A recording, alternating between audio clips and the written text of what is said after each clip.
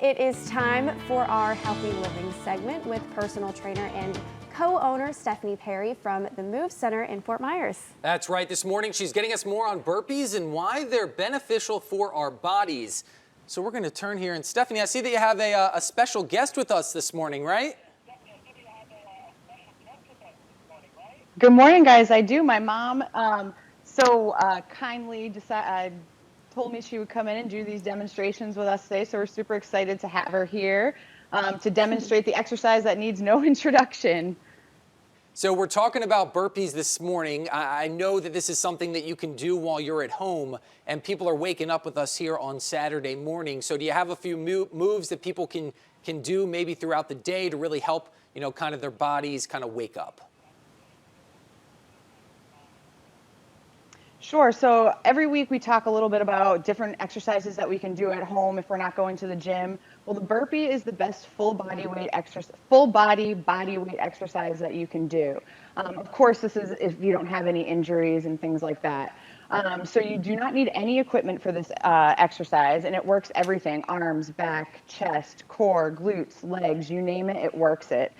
So today we're going to show you 2 modifications to build up to a full burpee. Awesome, and I will take all of her advice because if I had arms like that, whew, I'd be doing burpees every day. Love it.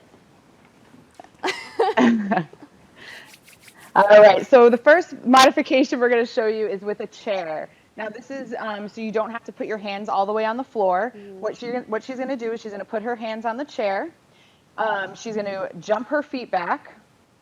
Now here she's in a plank position, so now she's working her core, she's working her arms, she's working her legs. Then she's going to jump back in and jump up. Now if you have any knee issues or you find that that's still a little bit too difficult, we can modify it even further. She can go ahead and put her hands on the chair. She's going to, instead of jumping back, she's going to step her feet back, jump her feet in, and stand up. So we can get really simple with these, and after you've perfected those, you can go down to an up-down.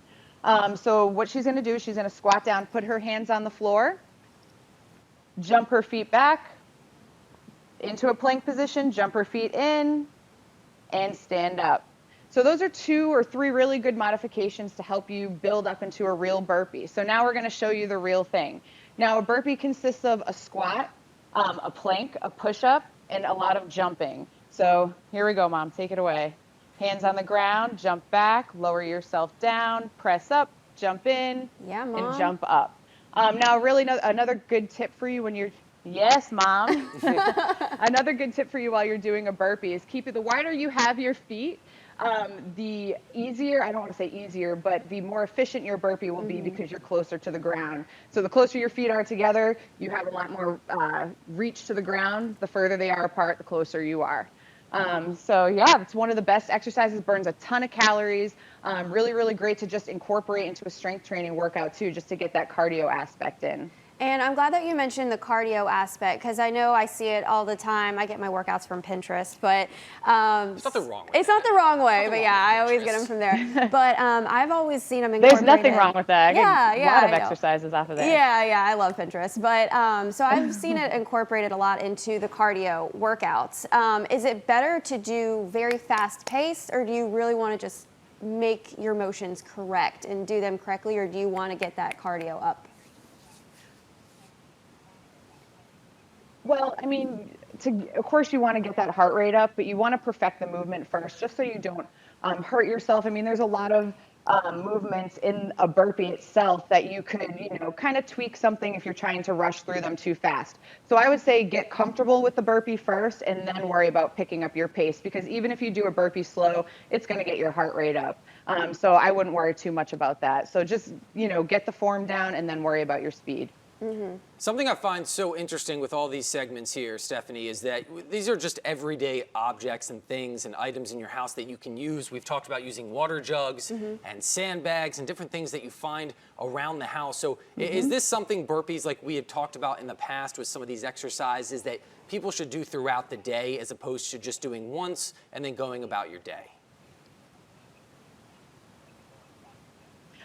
Sure. I mean, any exercise can be done more than once a day, especially if we're talking body weight exercises.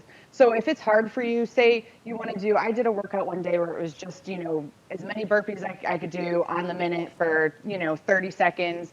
So you can do workouts like that. And if you want to split it up, like do 10 burpees, before you eat lunch, 10 burpees after lunch, you can kind of split things up. I tell people too, if you're working on your arms, if a push-up is something that you want to perfect, doing, 20, 30 push-ups a day just to get that practice in and get that muscle built up and that muscle memory going is a really effective way to, perfect these exercises. Oh, great advice. Now we want to thank Stephanie for joining us here, and she is going to join us again in our 7 o'clock news hour. But if you'd like to get in touch with Stephanie from the Move Center, shoot her an email. The email address listed right here on your screen. You can get healthy tips, personal training, and a lot more. It is by appointment only.